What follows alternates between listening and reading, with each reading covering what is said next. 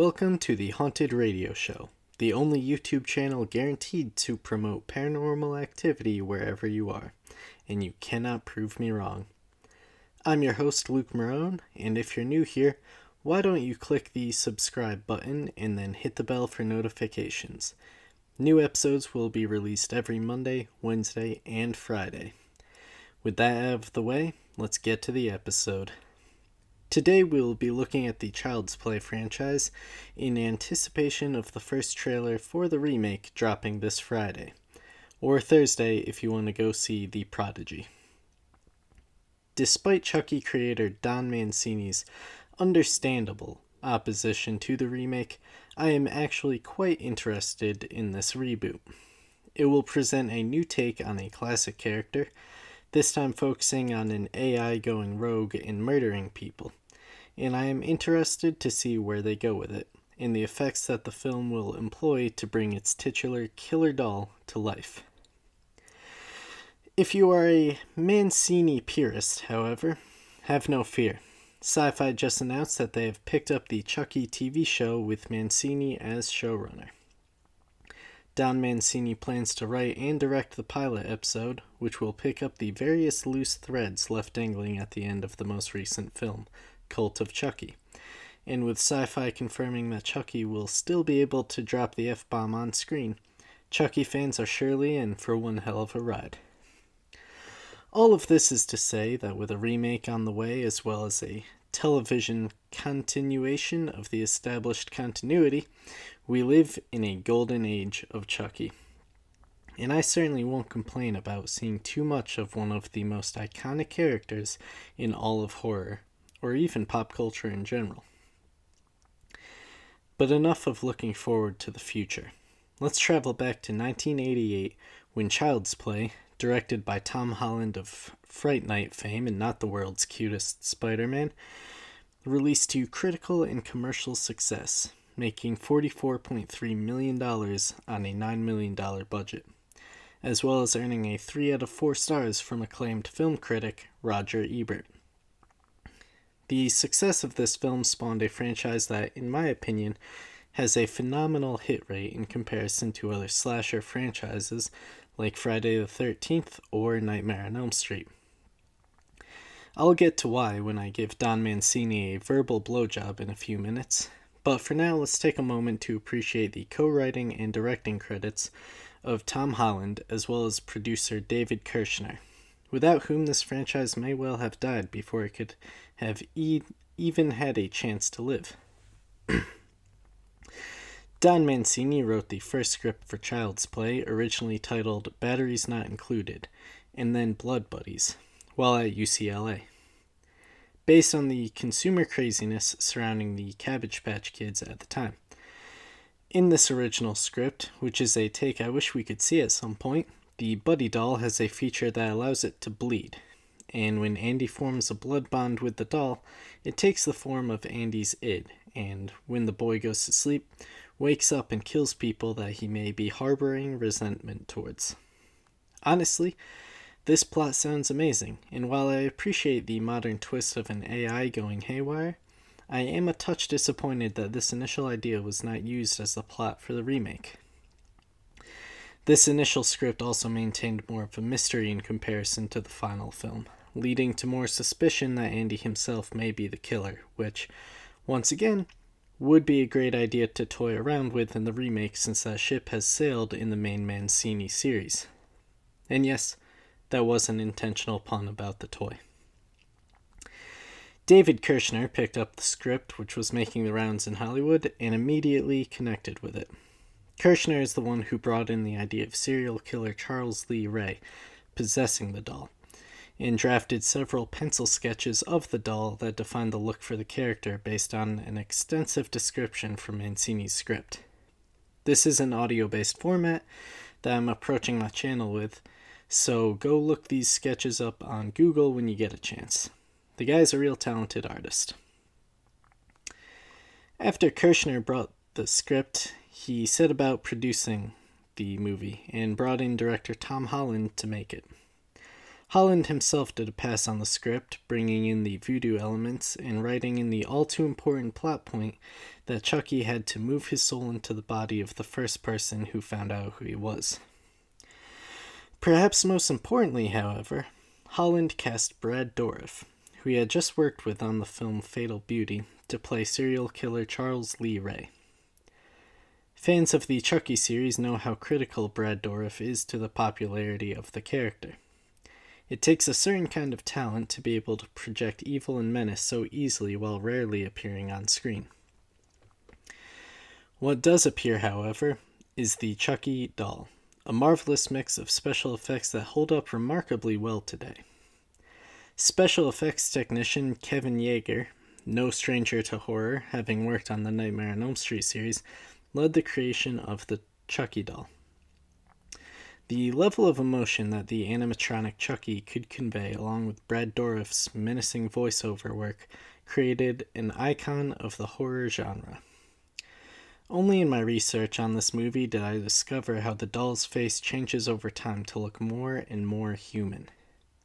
In the film, the change is so gradual and effective that you aren't even consciously aware of it, but it just adds to the growing list of reasons that you should watch or re-watch this movie.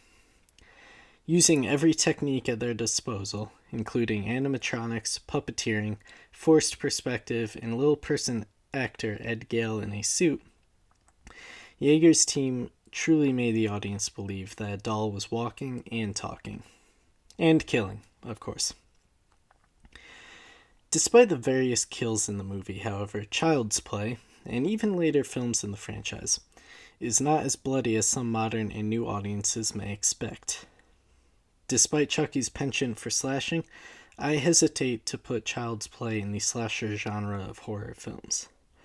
Child's Play is much more of a supernatural horror film, focusing on the absolutely dynamic duo of Catherine Hicks as overworked mom Karen Barkley and Alex Vincent as her lonesome son Andy. In fact, the acting in this movie is excellent across the board, and sadly, that's already enough to set it apart from your average slasher. Further distancing itself from the typical slasher, however, is the fact that the writing in Child's Play is pretty good too, with characters acting realistically and intelligently, and no scenes where it feels as though the creators had to force characters to make dumb decisions for the sake of the plot. Alex Vincent proves himself the undisputed king of child actors in this film as well. A movie focusing on a kid coming into possession of an evil doll falls apart pretty quick, with an annoying pipsqueak in the role. Alex was just 6 years old at the time of filming, and he perfectly captures the loneliness and innocence required of Andy Barkley. When we first see Andy, alone on his birthday, we immediately connect and sympathize with him. He wins bonus points for stuttering out some of his lines. Whether that was intentional or not, it lends an authenticity to Andy that actually makes him sound like a kid. This brings up one of my concerns with the reboot. Gabriel Bateman plays Andy, and at 13 years old, I don't see him pulling the role off with quite the same cute factor. Conversely, he seems to have a crew of friends his age in the vein of the Losers Club from It, so maybe it's just a new take that I'm gonna have to get used to. We will see on Friday. Back to the original, though. We have authentic characters and a convincing killer doll, so that already is a recipe for success. And as I mentioned earlier, this film was a huge success, spawning a franchise that shows no signs of slowing down, even 30 years later. This is due in no small part to the continued writing of Don Mancini. I won't dive too deep into the individual films in this episode, but I will briefly touch on all of them, giving you my thoughts and talking about the direction of the series as it moved forward. Child's Play 2 was released in 1990, exactly 2 years after the first. It's a great sequel and feels like a very natural evolution of the first film. Catherine Hicks is missed as Karen Barkley, but Alex Vincent returns as Andy, providing charm aplenty and once again acting very resourceful and realistically. It's easy to make a kid act dumb for the sake of the plot, but that doesn't happen here. We also get more of Chucky once again acting as a natural evolution for the franchise. After the first film, we already know that the doll is possessed, so there's no point in hiding it here. Child's Play 3 is the first film to really drop the ball, in my opinion. Released a mere 9 months after Child's Play 2, Child's Play 3 lacked in any sort of fun or originality, despite Don Mancini's original script idea to have a whole crew of Chuckies running around, an idea we finally get to see materialize 26 years later in Cult of Chucky. Gone is Alex Vincent as Andy, replaced by Justin Whalen, and despite the change of setting to a military school, the movie has a very been there, done that feeling. Brad Dourif and the special effects team still bring their A-game to Chucky, but there is nothing new done with the character, and we see strange plot contrivances and stupid decisions galore. The series took a small break and returned with Bride of Chucky in 1998. Don Mancini drops the child possession aspect in this movie, officially turning Chucky into the main character, and really embraces the campiness of the idea, as well as writing plenty of meta and self-aware humor in response to the wild success of 1996's Scream. Say what you will about Chucky's disturbing stitched-up redesign and the weird doll sex scene, but you have to give Don Mancini credit. Aside from Child's Play 3, which was rushed to begin with, he isn't content to repeat himself, always moving the series along, even if the direction seems a little aimless following the first 2 installments. And credit to Jennifer Tilly, who joins the cast as Chucky's girlfriend, Tiffany Valentine.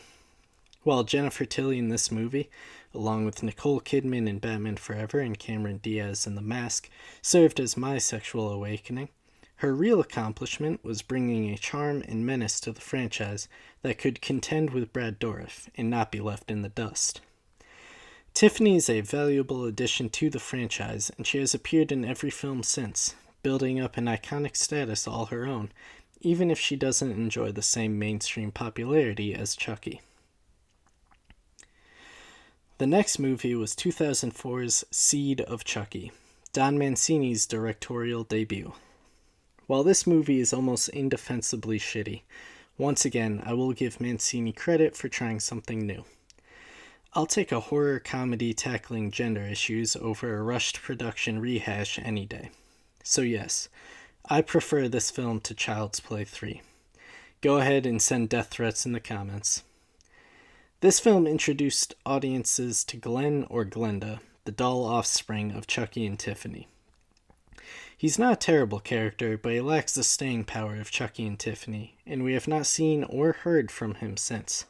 However, references to the character were cut from later films, so there's still a chance that we get to see more of this character on Sci-Fi's upcoming television series. After those 2 films that shifted the series into a horror comedy, the franchise took another break, eventually returning in 2013's Curse of Chucky, again written and directed by Don Mancini. Once again, props to the Mancini man, because while this installment marks a return to the straight horror of the first 3 films, it doesn't play like a rehash. J.J. Abrams could have taken some notes for The Force Awakens. Yeah, I went and got some water out of that dirty old well. Instead, Curse is a surprisingly beautifully done gothic horror, and my personal favorite of the franchise. It looks amazing, is well written, and introduces Nika Pierce, played by Brad Dourif's daughter Fiona, who oozes charisma and acts resourcefully and realistically in the face of danger. If you're at all familiar with Grant Morrison's acclaimed run on Batman, you'll see a connection in how Don Mancini is able to weave a new and interesting tale that has a unique identity, but still maintains continuity with the previous films, minus, apparently, Seed. It's a difficult balancing act, but Mancini makes it look effortless. Cult of Chucky followed in 2017, with Mancini both writing and directing again. While I don't like it as much as Curse, Cult still pushes the series in new and exciting directions, bringing Tiffany back in a more prominent role, having Alex Vincent return as Andy, all grown up, and once again focusing on Nika Pierce. This film is also gorgeous, featuring a mental hospital in a wintry setting. The white halls, clothes, and lights, as well as the snow, provide a perfect blank canvas for the buckets of blood to splash against. This film also sets up various plots for further exploration, and I can't wait to see what Mancini does with them. And that's the Chucky series in a nutshell. In my opinion, there are more good movies than there are bad, a rarity for horror movies, especially those that fall in or near the slasher genre. I can't wait to see where Mancini takes the series next, and I'm curious to see how the reboot pans out. Let me know what you think of the series in the comments below. What was your favorite? And let me know if this remake is interesting to you or borderline blasphemous. Also, let me know if you want to hear more episodes like this where I cover a series, and if you want to see me do more in-depth movie reviews. Be sure to follow me on Twitter at ShowHaunted, and stay posted for the announcement of my Patreon. Until next time, this has been the Haunted Radio Show, and I am your host, Luke Marone, signing off.